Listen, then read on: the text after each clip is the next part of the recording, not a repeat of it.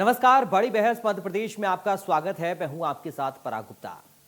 BEML Bharat अर्थ movers limited की rail coach निर्माण परियोजना के लिए ओबेदुल्लागंज के दशहरा मैदान में एक समारोह आयोजित किया गया। भूमि पूजन किया गया। इस परियोजना की लागत 1800 करोड़ रुपए है, जो कि रायसेन जिले के उमरिया गांव में 60 हेक्टेयर भूमि पर स्थापित की जाएगी। इस परियोजना का भूमि पूजन केंद्रीय रक्षा मंत्री राजनाथ सिंह ने किया। इससे मध्य प्रदेश के औद्योगिक विकास को बढ़ावा मिलेगा और युवाओं के लिए रोजगार के नए अवसर पैदा होंगे। परियोजना के तहत रेल कोच निर्माण के लिए अत्याधुनिक सुविधाएं स्थापित की जाएंगी।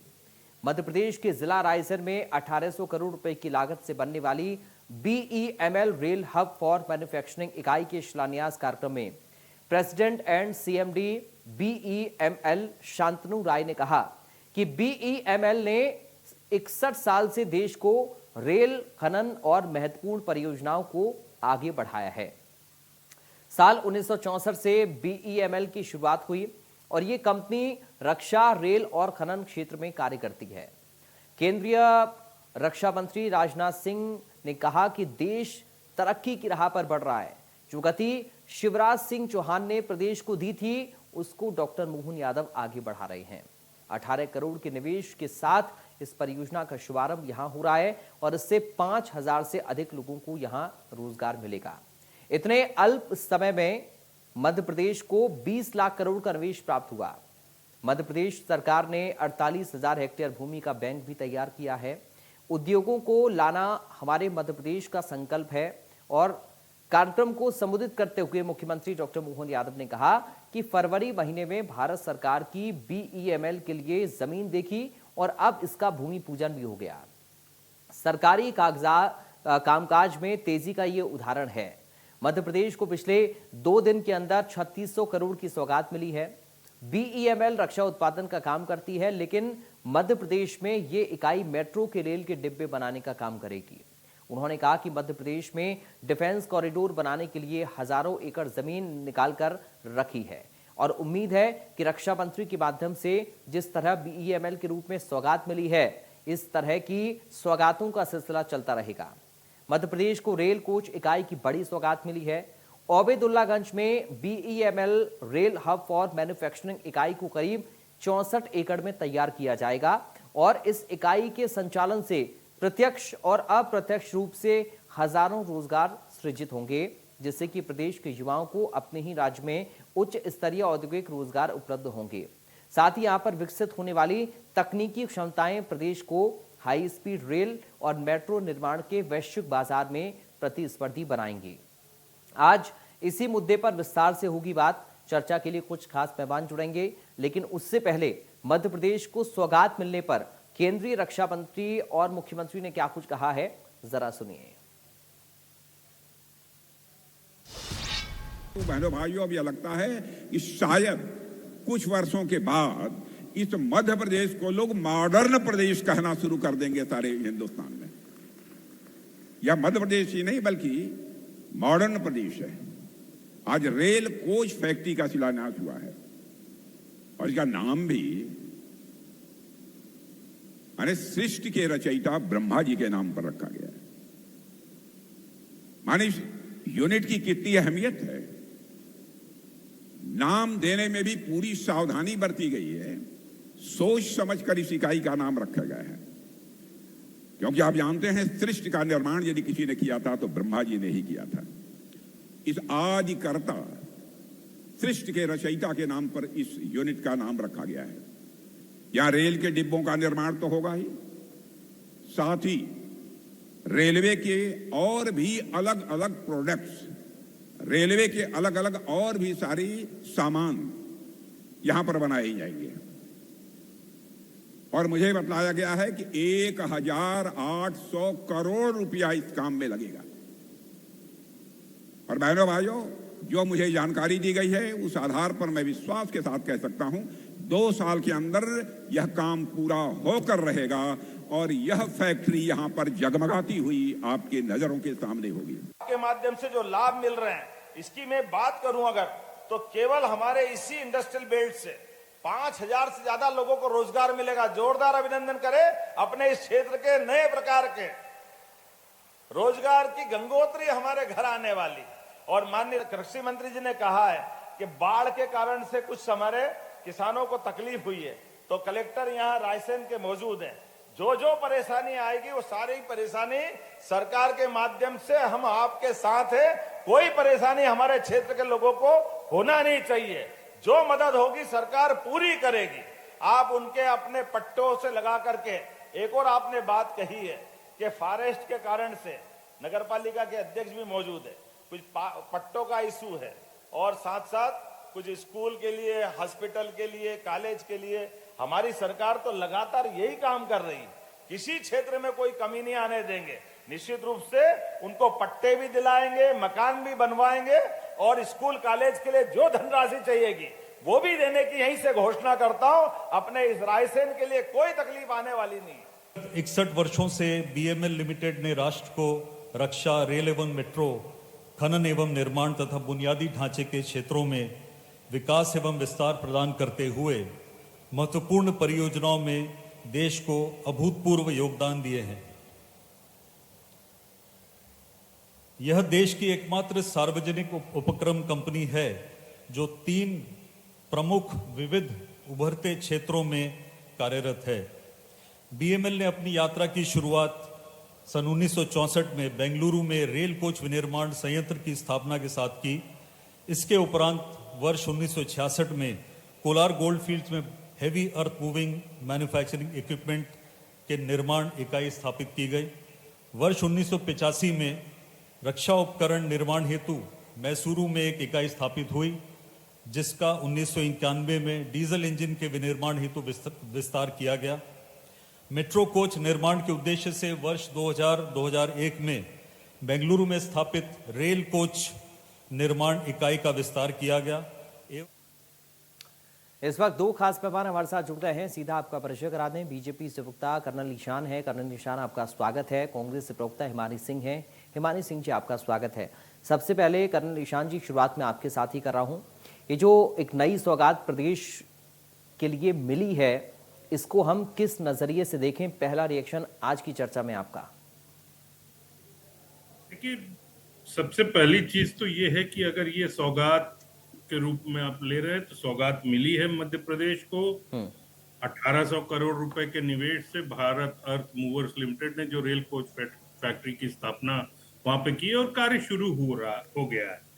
और जैसा कि माननीय रक्षा मंत्री जी ने भी बताया है, अभी आपने भी सुनाया वो चीज कि 2 साल के अंदर वहां पे रेल कोच बनने शुरू हो जाएंगे और मेट्रो के भी कोच बनेंगे, जिससे कि करीब करीब 5000 रोजगार सृजन होगा, जो कि एक बहुत अच्छी पहल रोजगार की दृष्टि से, मध्य प्रदेश के विकास की दृष्टि से और संपूर्ण राष्ट्र के हिसाब से अगर हम देखते हैं तो हर चीज हम अपने देश में बनाएं, उस तरफ एक और कदम बढ़ाया गया है। उसी तरह से बाकी क्षेत्रों में भी कार्य हो रहा है और आगे आगे देखिए, अभी मध्य प्रदेश में जिस तरह से इन्वेस्टर समिट हुई थी, ग्लोबल इन्वेस्टर समिट की गई, जो डॉक्टर मोहन यादव जी ने जिसको काफी एक मिशन के रूप में लिया हुआ है, तो उस तरफ अच्छे कार्य हो रहे हैं। इतनी सारी जमीन, करीब करीब 48,000 हेक्टेयर का लैंड का बैंक बनाया हुआ है और 20 लाख करोड़ का इन्वेस्टमेंट जब आ रहा है प्रदेश में, तो निश्चित ही रोजगार सृजन होगा, लोगों को नौकरियां मिलेंगी, लोगों का जीवन स्तर सुधरेगा और मध्य प्रदेश एक विकसित प्रदेश के रूप में जाना जाने लगेगा। ठीक है, मैं आपके पास लौटूंगा ईशान जी। हिमानी सिंह जी, कैसे देख रही हैं? देखिए, मध्य प्रदेश के विकास के लिए कोई भी काम होता है तो उसको विपक्ष जो है वो हमेशा उसका स्वागत करता है और मध्य प्रदेश के नागरिक होने के नाते हम सभी चाहते हैं कि मध्य प्रदेश में विकास होता रहे, ऐसी सौगातें मिलती रहें। बट पुराने भविष्य, वो अपना जो भूतकाल का अनुभव होता है, आपने कहावत सुनी होगी, दूध का जला छाछ की फूंक फूंक के पीता है। तो कहीं ना कहीं कुछ चीजों को लेकर विपक्ष के मन में संशय रहता है कि बहुत सारे दावे वादे किए जाते हैं कि जैसे इंदौर मेट्रो और भोपाल मेट्रो की बात करें तो 2023 चुनाव से पहले प्लान था कि हो जाना शुरू हो जाएगी। पर 2025 में भी 5-6 किलोमीटर का एक ट्रायल रनवे शुरू हुआ है, पूरी तरह मेट्रो को शुरू नहीं कर पाए हैं। तो जब कोई चीज कहते हैं ना कि दिया जब तक जल रहा है तब तक उसमें घी डालने से फायदा होता है। तो जो अभी के बेरोजगार युवा हैं वो अगर बहुत लेट हो जाता है तो उनके लिए उस चीज का कोई महत्व नहीं रहता। दूसरे जो क्वालिटी प्रोडक्शन की एक डर रहता है, जिस तरह का मध्य प्रदेश में सरकार में भ्रष्टाचार व्याप्त है, जिस तरह उद्घाटन से पहले दरारें आ जाती हैं पुलों में, सड़कों में, गड्ढे जिस तरह से हैं, जिस तरह से आप ये देखिए कि अभी इंदौर मेट्रो का ही जो शेड वगैरह था वो ओपनिंग से पहले ही उड़ गया था और उसके बारे में बहुत सारी मीडिया में भी और सब जगह चर्चा हुई थी। तो इस तरह का कोई भ्रष्टाचार ना हो, जैसे वंदे भारत ट्रेन के साथ कई बार हुआ कि गाय टकरा गई तो गाय को नहीं, ट्रेन के इंजन को नुकसान पहुंच गया। तो ऐसी कोई चीजें ना हो, इसके लिए हम लोग जिम्मेदार विपक्ष होने के नाते प्रार्थना करते हैं सरकार से कि कम से कम समय से शुरू हो और क्वालिटी का ध्यान रखा जाए। बाकी मध्य प्रदेश के लिए जो भी अच्छी चीज होती है उसका विपक्ष खुले दिल से स्वागत करता है। कर्नल ईशान जी, इस पर मैं एक टिप्पणी जरूर आपकी चाहूंगा, क्योंकि हिमानी सिंह जी ने पूरा समर्थन भी किया है और साथ ही उन्होंने इस बात को लेकर भी चिंता जाहिर की है। एक तरफ वो समर्थन तो कर रही हैं, उन्होंने कहा कि विकास को लेकर अगर प्रदेश की तरक्की को लेकर कुछ हो रहा है तो इसका समर्थन जरूर करना भी चाहिए, वो विपक्ष हो या फिर जनता हो। लेकिन सवाल ये भी है कि कम से कम ब्रेक ना लगे विकास में। बिल्कुल सही बात है। हिमानी जी ने स्वागत किया, बहुत अच्छी बात है। ये एक सकारात्मक विपक्ष की निशानी के रूप में उस तरह से बात की है हिमानी जी ने, मैं उसका की तारीफ करता हूं। जहां तक इसका सवाल है कि ब्रेक ना लगे, ये बात सही है कि ब्रेक लगता है तो विकास की गति पर भी ब्रेक लग जाता है। लेकिन हमको ये देखना होगा कि आज जिस तरह से मिशन मोड में हर चीज हो रही है, टाइम बाउंड तरीके से पूरे देश में सारे ही कार्य हो रहे हैं, तो हमको ना उम्मीद नहीं होना चाहिए, उम्मीद रखनी चाहिए कि सब कुछ समय पर ही होगा। अभी आप देखिए धार में भी 25 अगस्त को प्रधानमंत्री जी प्रधानमंत्री मित्र योजना की शुरुआत कर रहे हैं, वहां पे भी वो यूनिट शुरू हो रही है, वो लगभग बन के तैयार है, वो शुरू हो जाएगी। करीब 2100 करोड़ रुपए का उस पे जो है इन्वेस्टमेंट है और 2026 तक वहां वो पूर्ण रूप से ऑपरेशनल हो जाएगी, जिससे कि मध्य प्रदेश की टेक्सटाइल इंडस्ट्री बूस्ट होगी, लोगों को रोजगार भी मिलेगा और धार जैसे क्षेत्र की पूरी जनता को भी लाभ होगा, क्योंकि एक प्रगति का मार्ग उस क्षेत्र के लिए भी खुलेगा और ज्यादा प्रगति होगी, सभी चीजें, इंफ्रास्ट्रक्चर डेवलपमेंट होगा, लॉजिस्टिक डेवलपमेंट होगा।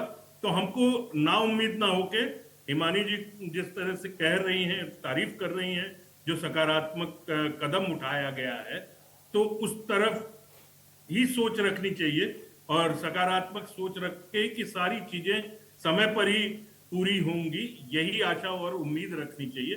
और उम्मीद के हिसाब से ही काम भी हो रहे हैं, ग्राउंड पे, धरातल पे उसी तरह से चीजें प्रस्तुत की जा रही हैं। जब यहाँ पे इन्वेस्टमेंट के लिए उद्योगपतियों ने जिन्होंने अपना इंटरेस्ट दिखाया था, उनका लैंड सर्वे और सारी चीजें, उनका विजिट लैंड पे कराना और उनके बाकी चीजें जो डॉक्यूमेंटेशन होता है, वो सारी चीजें बड़ी तेज गति से चल रही हैं और मिशन मोड में मुख्यमंत्री जी डॉक्टर मोहन यादव जी काम कर रहे हैं इस दिशा में। ठीक है सर, मैं आपके पास लौटूंगा। हिमानी जी, अब चूंकि इस परियोजना के माध्यम से ये कहा जा रहा है कि डायरेक्ट और इनडायरेक्ट हजारों युवाओं के लिए रोजगार के अवसर खुलेंगे और पैदा होंगे, इस पहलू को कांग्रेस पार्टी कैसे देख रही है? देखिए, मैंने कहा कि जब भी कुछ सकारात्मक होगा तो कांग्रेस पार्टी उसका स्वागत करती है और आशान्वित रहती है। मध्य प्रदेश में जितने बेरोजगार हैं, अगर उस स्थिति को देखा जाए तो 5000 बेरोजगारों को भी, युवा लोगों को रोजगार मिले तो कई परिवारों की स्थिति बेहतर हो सकती है। पर 5000 का आंकड़ा मध्य प्रदेश के बेरोजगारी के आंकड़े के हिसाब से बहुत छोटा है। मतलब हमें बहुत सारे ऐसे प्रयास करने हैं। अच्छी पहल है पर बहुत छोटी काउंटिंग पूरी होगी। बेरोजगारों की संख्या इससे बहुत कहीं ज्यादा है। एक उदाहरण के द्वारा अपनी बात को और क्लियर करना चाहूंगी कि हम लोग जब पढ़ाई करते हैं तो हमें सिखाया जाता है हर कोई काम करने की 3 स्टेज होती है: प्लानिंग, कंट्रोलिंग और फिर उसके बाद एग्जीक्यूशन होता है उसका। तो प्लानिंग किस तरीके से हो और कंट्रोलिंग जैसे अगर हम सीएम राइज स्कूल की बात करें तो प्लानिंग शिवराज सिंह चौहान जी ने की थी। बहुत उससे मध्य प्रदेश के लोगों को आशाएं हुई थी कि शायद जो माता पिता प्राइवेट स्कूल्स में नहीं जा सकते उन लोगों के लिए एक अच्छे उसके लिए उस रूप में आए थे। लेकिन आज स्थिति जो है वो सीएम राइज स्कूल्स की बहुत अच्छी नहीं है और ऐसा जो एग्जीक्यूशन आया उसमें नहीं देख पाए कि प्राइवेट स्कूल्स की जगह ले पाए क्योंकि बहुत सारी उसमें खामियां व्याप्त हैं। तो उसके कंट्रोलिंग और एग्जीक्यूशन जो है वो लगातार सतत चलते रहना चाहिए। अभी स्कूल खुले जुलाई में तो बसेस की सुविधा नहीं थी, दूर दराज से जो बच्चे आने वाले थे वो नहीं आ पाए, तो उनका वो कहीं के भी रहे, ना प्राइवेट स्कूल के रहे, ना सरकारी के रहे और ना सीएम राइज के रहे। तो कोई भी चीज जो है वो सतत उसको निरीक्षण की जरूरत होती है, सतत उसकी जरूरत होती है। आप कोई छोटा सा इक्विपमेंट भी खरीदते तो लगातार उसकी सर्विसिंग करनी पड़ती है। तो ये तो मध्य प्रदेश है, तो हर चीज को लगातार कंट्रोल करने की और हर चीज को लगातार नजर रखने की जरूरत है। ध्यान यहाँ वहाँ भटकाने से अच्छा अगर हम इन्हीं चीजों पर अपना वो करें तो ऐसा सुनहरा मध्य प्रदेश का जो सपना हम देख रहे हैं वो पूरा हो सकता है। पर कहीं ना कहीं सरकार जो है वो अपने उससे भटक जाती है। इनके पास जो भी मतलब कहीं ना कहीं घोषणाओं तक, निवेश तक, प्रचार तक बहुत चीजें रह जाती हैं और आगे तक नहीं पहुंच पाती है। और पहुंचती भी है तो उस रूप में नहीं पहुंचती जिसका सपना दिखाया गया था या जनता को बताया गया था, वो वहां तक नहीं पहुंच पाती। चाहे अब सीएम राइज स्कूल ले लीजिए, लाडली बहना ले लीजिए, चाहे वो लीजिए। तो मैं ये चाहती हूँ कि ये जो रेल कोचेस का और मेट्रो कोचेस का काम है जो जिससे हम युवाओं के रोजगार के लिए आशान्वित हैं, मध्य प्रदेश से नए इन्वेस्टमेंट, नए आय के साधन के रूप में जिसको देख रहे हैं, मध्य प्रदेश की एक विकसित उसके रूप में देख रहे हैं कि यहाँ से प्रोडक्शन होगा, पूरे देश भर में सप्लाई होगी तो हमारा नाम अच्छा होगा। तो उसको पूरी तरह से बाकी पुराने प्रोजेक्ट्स की तरह उसको ठंडे बस्ते में न डाला जाए, उस पर पूरी कंट्रोलिंग की जाए और जिस रूप में शुरू हुआ है उसी रूप में उसको पूरी तरह से शुरू होने दिया जाए। लेकिन हिमान जी एक और सवाल बहुत छोटा सा, फिर मैं आ रहा हूँ ईशान जी आपके पास। चूंकि आपने कहा कि आंकड़ा बहुत छोटा है, 5,000 अगर लोगों को रोजगार मिल भी जाएगा तो उससे क्या भला प्रदेश का हो जाएगा। आप ये मान रहे हैं कि अगर इस तरह की शुरुआत हुई, इस तरह की परियोजनाओं के साथ में, तो ये एक बड़ा फैक्टर साबित होगा मध्य प्रदेश के युवाओं के लिए। अगर आप सिर्फ ये कहें कि बीजेपी के प्रवक्ता बैठे हैं वो अच्छाइयां बताएंगे लेकिन कुछ कमियां जो रह जाती हैं जिनकी वजह से कुछ चीजें रुक जाती हैं, तो मैं मेरी ही भूमिका में रह सकती हूँ। जो चीजें गलत होती हैं या जिन चीजों में कमियां खामियां रह जाती हैं, मैंने स्वागत किया कि मध्य प्रदेश के 5,000 युवाओं को रोजगार मिले, ये अच्छी बात है। लेकिन ये आंकड़ा बहुत कम है, हमें ऐसी बहुत सारे प्रोजेक्ट्स लाने पड़ेंगे, ऐसे बहुत सारे काम करने पड़ेंगे, तब हम बेरोजगारी से मध्य प्रदेश को निजात दिला पाएंगे, बहुत सारे परिवारों का भविष्य खुशहाल कर पाएंगे, निर्भरता खत्म कर पाएंगे कि उस परिवार की महिलाओं को लाडली बहना जैसी फ्री स्कीम के ऊपर निर्भर न रह पड़े, वो खुद आत्मनिर्भर बन सके, खुद कमा सके, उनके घर के लोग वो खुद और अपने परिवार का पालन पोषण कर सके, तब हम आत्मनिर्भर और विकसित कहलाने की स्थिति में आ पाएंगे। ठीक है ईशान जी, ये एक बड़ी बात है कि मॉनिटरिंग बहुत जरूरी है। हम योजनाओं को धरातल पर भी उतार दें, कई बार तो धरातल पर नहीं उतरती, इस तरह के आरोप भी लगते हैं, और धरातल पर भी उतर जाएं तो फिर उनकी मॉनिटरिंग बहुत ज़्यादा ज़रूरी है।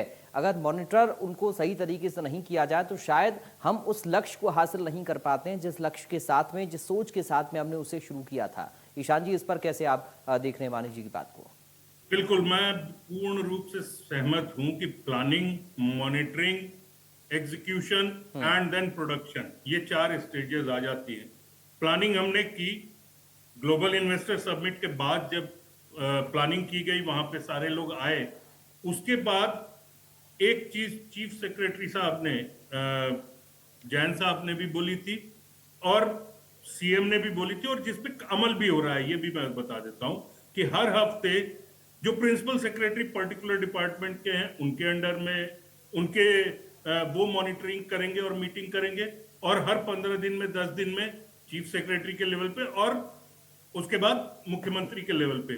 तो अभी उस मिशन मोड में जब सरकार चल रही है, तो हिमानी जी का कहना मैं कुछ हद तक सही मानता हूं कि कोई परियोजना शुरू होती है और बंद हो जाती है तो कोई लाभ नहीं हो पाता है। और जहां तक इसका सवाल है कि जब इस तरह से प्लान किया हुआ है इस चीज को भी कि हमने इस प्लानिंग को मॉनिटर कैसे करना है, तो उसका एग्जीक्यूशन के लिए हमें संदेह नहीं रखना चाहिए। एग्जीक्यूशन भी ठीक होगा। जहां तक रोजगार का सवाल है, अगर मैं आलोचना नहीं करूंगा, लेकिन अगर रोजगार सृजन की तरफ कदम उठाया गया है तो वो भी स्वागत योग्य है। हिमानी जी भी स्वागत कर रही हैं कि हाँ, प्रोजेक्ट बंद हो जाएगा तो क्या होगा। मैं फिर से बोलूंगा कि जब सब कुछ प्लानिंग और एग्जीक्यूशन और मॉनिटरिंग सही से होगी तो सारे प्रोजेक्ट्स जो भी प्लान किए गए हैं वो धरातल पर आएंगे और आने वाले दिनों में हमें दिखने लगेगा। हमने 6 महीने में ही एक ये शुरू हुआ है, धार में शुरू होने जा रहा है। तो दो चीजें काफी मेजर प्रोजेक्ट्स, एक जगह 2100 करोड़ रुपए का और एक जगह 1800 करोड़ रुपए का, करीब करीब 4000 करोड़ रुपए का निवेश आ गया है। इस पे हिमानी जी बोल सकते हैं कि 20 लाख का इन्वेस्टमेंट आएगा करके बात थी, तो अभी तक सिर्फ 5000 आया है। बात सही है, लेकिन अगर ग्राउंड पे चीजें हो रही हैं तो इसमें जब तेजी आनी शुरू होगी और जब चीजें शुरू हो जाएंगे, अब देखिए मध्य प्रदेश में ड्रोन बनाने की भी यूनिट्स लग रही हैं, तो इन चीजों को आप मान के चलिए रोजगार सृजन भी सही से हो रहा होगा और सभी का विकास होगा, मध्य प्रदेश का विकास ही होगा। और हिमानी जी उस समय भी तारीफ ही कर रहे हैं। हम भी उम्मीद यही करेंगे ईशान जी की धरातल पर अगर योजनाएं परियोजनाएं आ रही हैं, जनता तक पहुंच रही हैं, ग्राउंड तक पहुंच रही हैं, तो उनको बेहतर तरीके से पूरा भी किया जाए, उनकी मॉनिटरिंग भी होनी चाहिए ताकि सही तरीके से लाभ भी उनका प्रदेश को मिल पाए, प्रदेशवासियों को मिल पाए। चूंकि वक्त आज की चर्चा के लिए मुझे इतनी इजाजत दे रहा, बहुत शुक्रिया अदा करूंगा कर्नल ईशान जी आपका और हिमानी सिंह जी आपका। तो फिलहाल बड़ी बहस से अभी के लिए मुझे दीजिए इजाजत, बाकी खबरों के लिए आप बने रहिए।